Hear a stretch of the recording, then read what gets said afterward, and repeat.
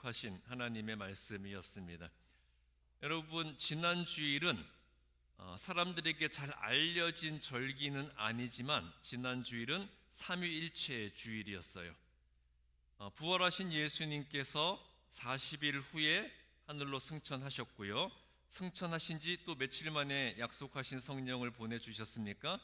10일 후에 사람들에게 약속하신 성령을 보내주셨고, 그래서 부활절 후 50일째 되는 날을 우리가 성령 강림 주일로 지키고 있고요. 성령 강림 주일 바로 다음 주일이 바로 삼위일체 주일로서 모든 개신교회와 카톨릭 교회가 똑같이 준수하고 있는 절기입니다. 2주일 전이 성령 강림 주일이었어요. 그런데 제가 성령 강림에 대한 설교를 2주 연속했기 때문에 지난 주일 삼위일체 주일에 다루지 못했던 삼위일체 신앙에 대해서 오늘 말씀을 나누어 보려고 합니다.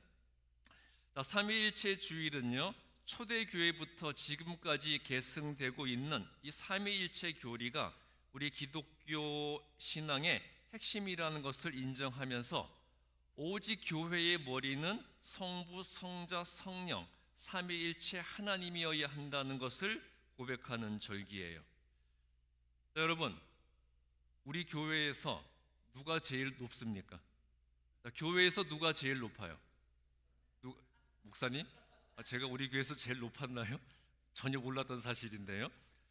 많은 사람들이 교회에서 누가 제일 높냐 그럴 때 일단 하나님이 제일 높다고 말은 해요.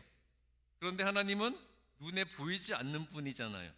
그러니까 실제로는 목사가 제일 높다 그런 사람도 있고요.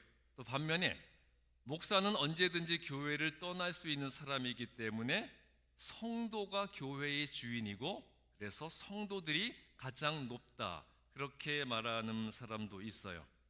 자, 그렇다면 성도들이 가장 높다면 그 성도들 중에서 구체적으로 어떤 사람이 제일 높냐 그런 논쟁이 생길 수가 있겠죠. 거기에 대해서 어떤 사람은 당연히 장로가 제일 높다 그러는 사람들도 있고요. 그게 아니라 그 교회에서 가장 헌금을 많이 내는 사람이 그 교회의 실제적인 주인이다 그런 주장도 있습니다. 어느 교회에서는요, LA에 있는 교회인데 정말 사실이라고 그러더라고요. 그 교회에서 가장 부자인 교인이 자기가 개인적으로 부목사를 고용을 해가지고 자기 돈으로 월급을 주면서 사역을 시킨다는 거예요. 제가 그 이야기를 듣고 그 부자 교인에게 개인적으로 고용을 당하고 월급을 받으면 그 부목사는 과연 교회를 위한 사역을 할까? 자기를 고용하고 월급을 주는 그 부자 교인을 위해서 사역을 하게 될까? 굉장히 의문이 들더라고요. 또 어떤 교회에서는요, 상상을 초월하는 엄청난 부자인 사업가가 그 교회 재정의 90%를 담당한대요. 작은 교회도 아닙니다.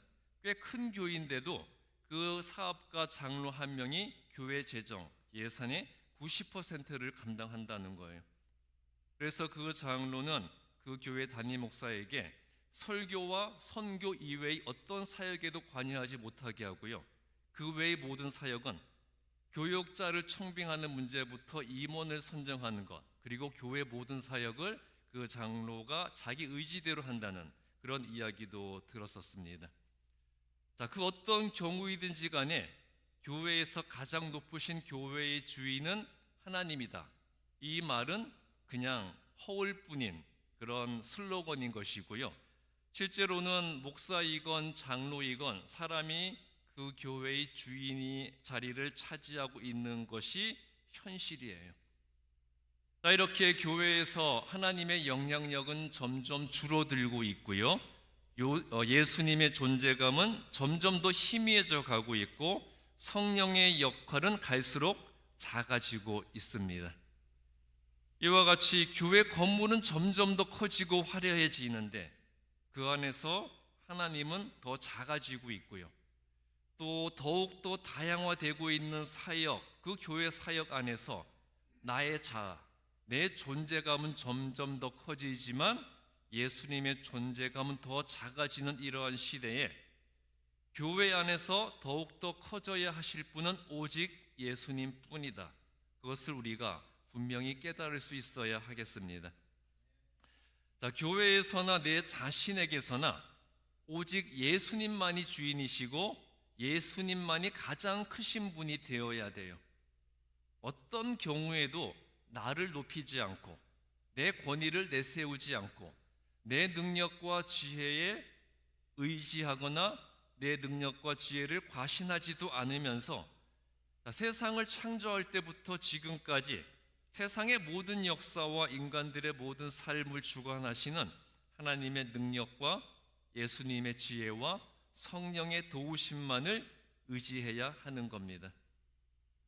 내가 내 힘만으로는 아무것도 할 수 없기 때문에 예수님을 의지하는 것이 믿음이고요. 또 내가 예수님을 통해서 내 욕심을 채우는 것을 축복이라고 여기지 않고 내가 예수님의 이름을 높이는 도구로 사용되고자 하는 것이 신앙이에요. 이처럼 진정으로 예수님을 믿는 참된 신앙을 가지기 위해서는 예수님의 말씀대로 순종하고 따라야 하는데, 그런데 우리의 힘과 의지로는 예수님처럼 살 수가 없죠.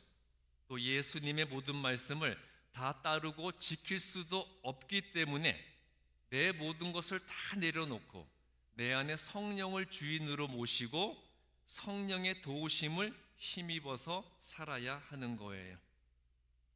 자, 무엇을 하든지 하나님의 능력과 예수님의 지혜와 성령의 도우심만을 구해서 하나님이 함께 하시는 능력과 예수님이 주시는 지혜와 성령의 도우심으로 모든 일에 승리하는 그리스도인이 되어야 하는 거고요.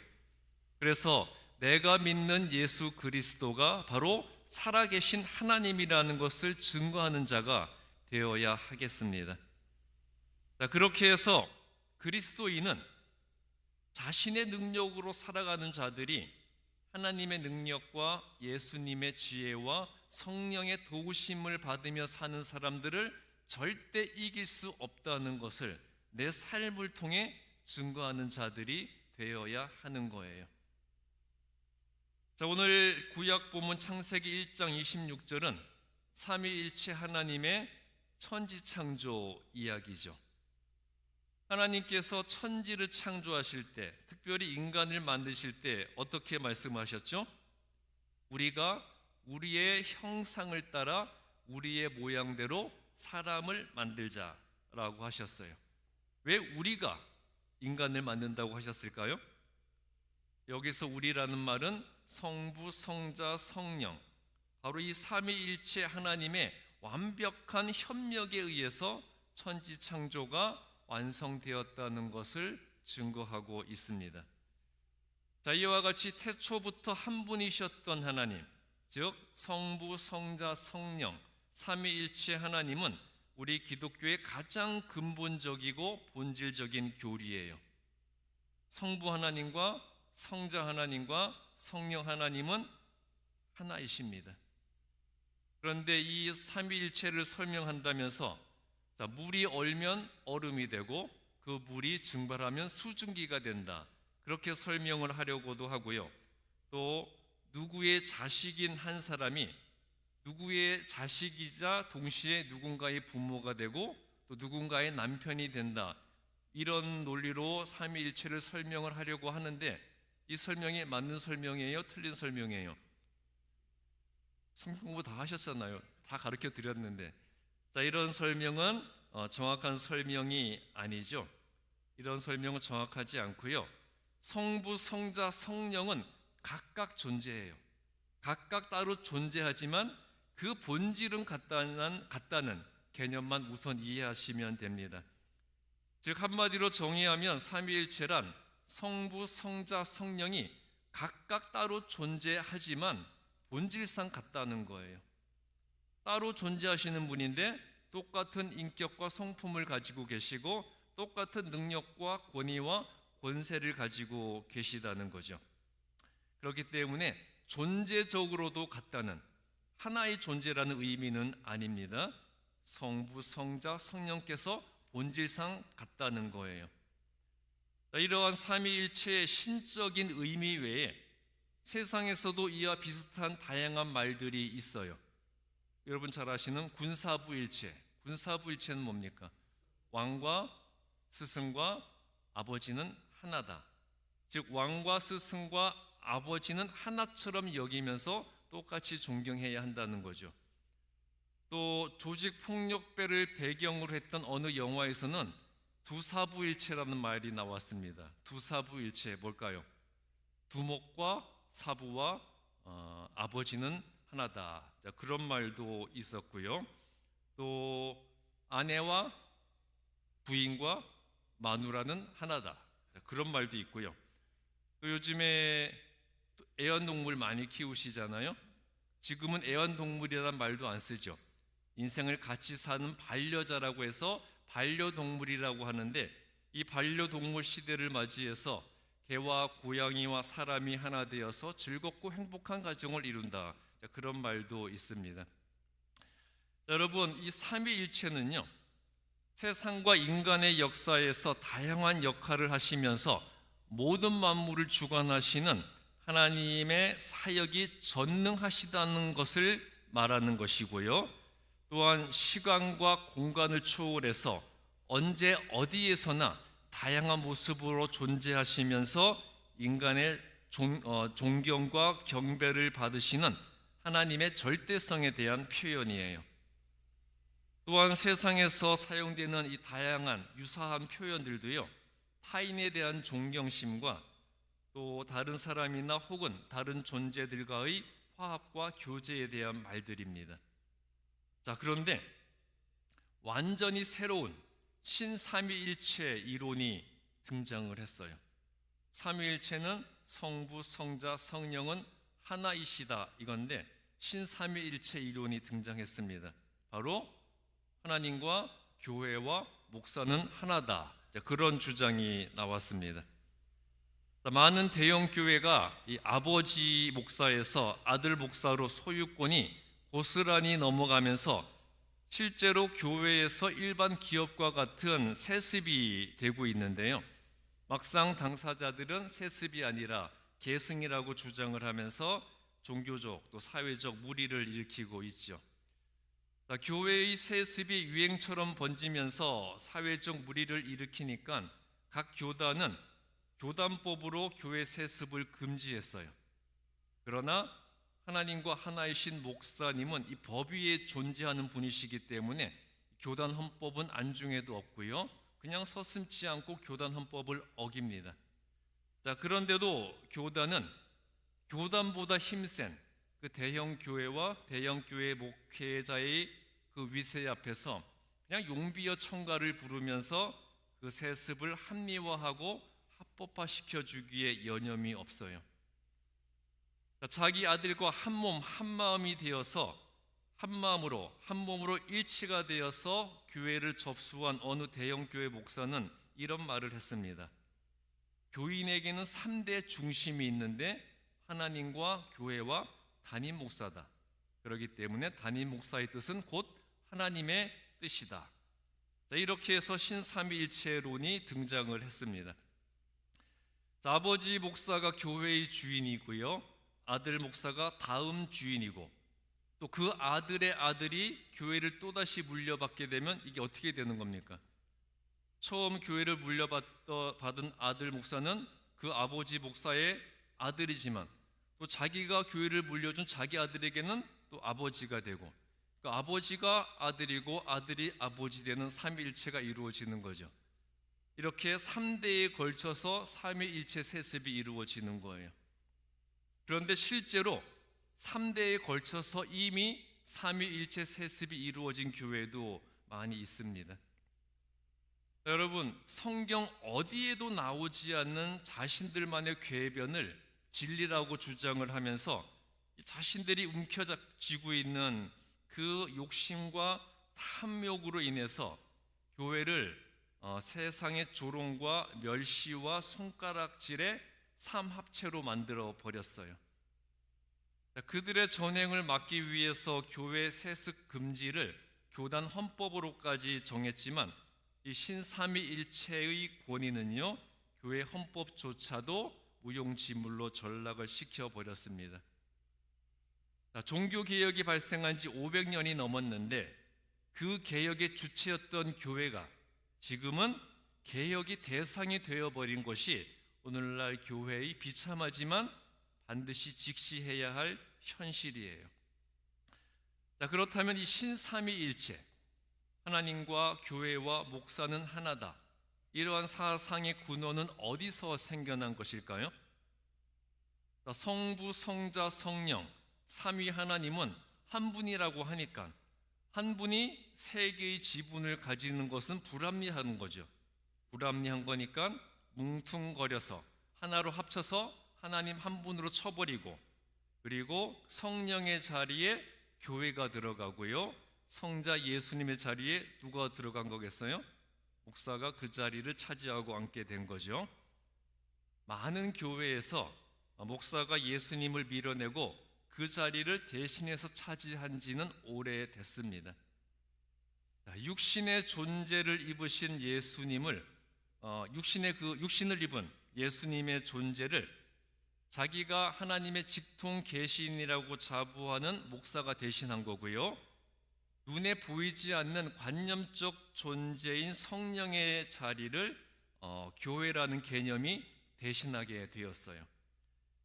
성령을 대신하는 교회라는 이 개념적 조직의 모든 일에는 신적인 권위가 부여되기 때문에 성도들은 교회의 모든 일에 호응하고 협조하고 순종해야 되는 거고요, 교회라는 공동체적 개념이 실제적으로 눈에 보이는 존재로 현현한 것이 또 건물로서의 교회니까 그 건물 안에서 행해지고 일어나는 모든 일에도 신적인 권위가 부여가 되는 겁니다. 그래서 교회를 짓는 것과 같은 일과 그 안에서 행해지는 모든 일을 위해서 성도들은 당연히 육체적으로 봉사하고 금전적으로 기여해야 하는 것이 당연한 의무가 되는 것이고요, 그 교회를 이끌어가는 존재로 현현하신 예수님, 곧 목사는 절대적 숭배와 존경과 순종의 대상이 되어야 하는 거죠. 이렇게 해서 하나님과 교회와 목사는 하나라는 새로운 신삼위일체 이론이 생겨나게 된 것으로 저는 보고 있습니다. 500년 전 이 종교개혁은요, 16세기 독일의 주교 선거에서 시작이 되었어요. 독일 마인츠의 대주교 선거에서 엄청난 선거비를 탕진했던 알브레이트 대주교가 선거 과정에서 진 빚을 갚기 위해서 교황청에 면죄부 판매를 요청을 했습니다. 그때 이 교황청의 교황이었던 교황 레오 10세는 이걸 들어보니까 굉장히 좋은 아이디어인 거예요. 그 이미지 좀 띄워주세요. 레오 10세가 자기도 성 베드로 성당을 지어야 되는데 자금이 많이 필요했거든요. 그러니까 이 알브레이트 대주교의 면죄부 판매 아이디어가 너무 좋은 생각으로 여겨진 겁니다. 그래서 두 사람의 이해관계가 맞아져서 면죄부를 판매하기 시작했어요. 그런데 여러분, 이 면죄부를 판매할 때 정말로 어떤 슬로건을 내세웠는지 아십니까? 면죄부를 판매하기 위한 슬로건이 상자 속으로 던져 놓은 돈이 짤랑하고 소리를 내는 순간 당신은 구원받는다. 이 슬로건으로 면죄부를 팔았습니다. 당신이 헌금함 속에 돈을 집어넣을 때 그 돈이 짤랑하고 소리를 내는 순간 당신은 구원받는다. 이런 슬로건으로 면죄부를 판매했는데요, 이렇게 탁월한 슬로건과 효과적인 판매 전략에 의해서 면죄부는 불티나게 팔려나가게 되었고요, 이렇게 해서 그 탐욕은 막장을 향해서 치닫게 되었어요. 결국 그 탐욕이 무엇의 씨앗이 된 거예요? 종교개혁의 불씨를 지피게 되었고요, 지금으로부터 약 500년 전에 마틴 루터는 마인츠의 대주교를 향해서 이렇게 반박을 했습니다. 돈이 상자에 짤랑하고 떨어지면 욕심과 탐욕도 반드시 증가한다. 그렇게 반박을 하고 종교개혁을 일으키게 되었던 거였죠. 종교가 가장 멀리 해야 할 욕심과 탐욕이라는 동목을 오히려 가장 사랑하고 가장 가까이 두었던 이 부패한 가톨릭 교회는 이렇게 사람들의 마음속에서부터 무너지기 시작했어요. 오늘 신약 본문 마태복음 21장 12절부터 13절 보시면요, 예루살렘에 입성하신 예수님께서 성전에 들어갔는데 성전에서 어떤 일이 벌어지고 있었습니까? 종교 지도자들과 결탁한 장사꾼들이 예배와 기도의 자리를 차지하고 앉아서 거기서 불법적인 매매 행위를 하고 있었습니다. 사람들이 예배하고 기도해야 할 그 자리를 장사꾼들이 차지하고 이제 자리를 깔고 앉아서 장사를 하고 있었고, 성전의 지도자들은 그들에게 뒷돈을 받고 그것을 허락해 주고 있었어요. 그것을 보신 예수님께서 그들의 상을 엎어버리시고 그들을 내쫓으시면서 내 집은 기도하는 집이라 일컬음을 받으리라 하였거늘 너희는 강도의 소굴을 만드는도다, 절규하듯이 외치셨습니다. 그런데 여기서 내 집은 기도하는 집이라 일컬음을 받을 것이다, 이 말은 원래 누가 했던 말씀일까요? 원래 하나님께서 이사야에서 했던 말씀이었습니다. 하나님이 하셨던 말씀을 예수님은 자신의 말로서 인용을 하면서 예수님은 여기서 자신과 하나님을 동일시하고 있는 거예요. 즉 자신과 하나님은 한 분이라는 것을 밝히셨던 거죠. 자, 그러면서 성전을 내 기도하는 집이라고 하시면서 역시 한 몸으로 혼연일체가 되어 있던 이 타락한 종교 지도자들과 탐욕스러운 장사꾼들을 꾸짖으신 것이었어요. 그런데 예수님의 이러한 절규는 기도하는 하나님의 집을 기업과 가업과 생업의 이 삼업일체로 만들고 있는 지금의 교회를 향해서도 계속해서 외치고 있는 절규가 되고 있습니다. 미국 상원의 채플린이었던 리차드 할버슨 목사는 이렇게 말을 했어요. 교회는 그리스로 이동해 철학이 되었고 로마로 옮겨와서는 제도가 되었다. 그 다음에 유럽으로 가서 교회는 문화가 되었다.